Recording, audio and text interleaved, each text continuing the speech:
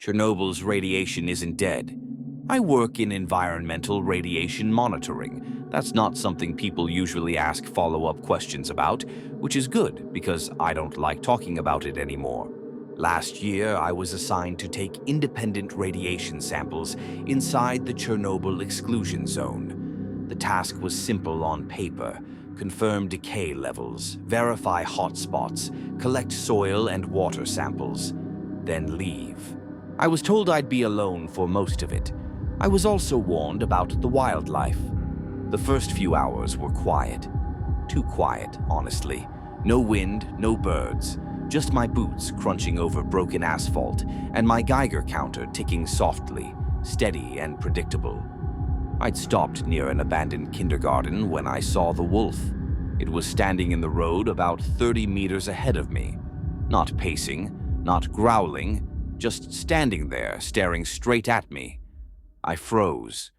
Wolves in the zone are usually skittish. They avoid people. This one didn't even blink.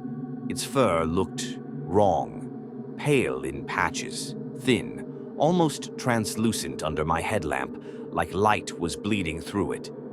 My Geiger counter started clicking faster. I took a step back. The wolf took one forward, not charging, just matching me. That's when I realized it wasn't threatening me. It was controlling where I went. I tried to move around it, stepping off the road into the brush. The wolf shifted sideways, cutting off the path without breaking eye contact. When I turned back toward the direction I came from, it growled, low, controlled, and another wolf emerged from the trees behind me. Then another. They didn't surround me. They left one direction open, straight ahead. I told myself they were herding me away from their territory. That's what made sense at the time. Animals behave strangely in contaminated environments. Stress responses, learned behavior. I kept walking. Every few minutes I stopped to collect samples. Soil first, then water from a stagnant ditch.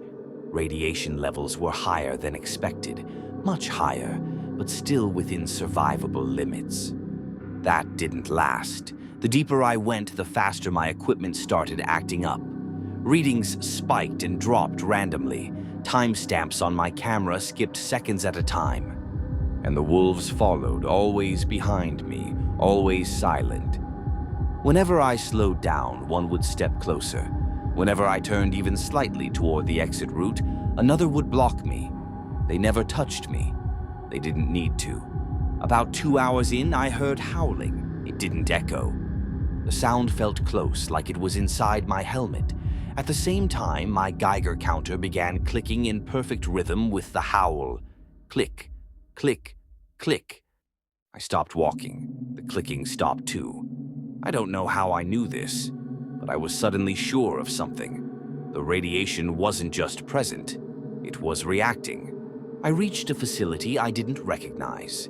It wasn't on any map I'd studied. Concrete walls, partially collapsed, warning signs bleached completely white by age and exposure. Inside, the air felt heavier, warmer. My Geiger counter screamed. I found old equipment laid out on a table, sample bags, gloves, instruments identical to mine, and a clipboard with my name on it. Printed clearly, correct spelling. The date was stamped 2 weeks before my assignment officially began. I laughed when I saw it. That was my first mistake. That's when I decided to leave. I turned around and ran. I didn't get far. The wolves didn't chase me. They didn't need to. They simply stepped into my path one by one, calmly closing off every direction except one. Back toward the facility, back toward the highest readings. I screamed at them, threw a rock. Nothing worked. They just watched. At the edge of the deepest contamination zone, they stopped following. They sat down, like dogs waiting for a command. My Geiger counter went silent. At first, I thought it had broken. Then I realized the needle was pinned, completely maxed out. The radiation wasn't outside my suit anymore. It was everywhere. My hands started to glow faintly in the dark. Not brightly, just enough to notice. like embers under skin. I understood then. The wolves weren't mutated animals, they were containment. They kept the radiation from spreading until something walked in that could carry it out. The last video on my body camera shows me walking deeper into the forest, away from the reactor.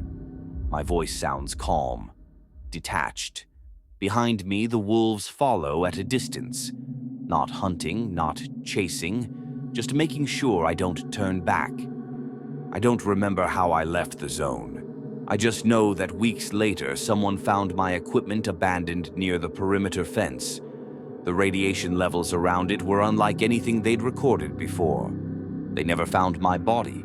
What they did find were radiation spikes moving slowly away from the zone. Sometimes, late at night, I still hear clicking, and it isn't coming from any machine.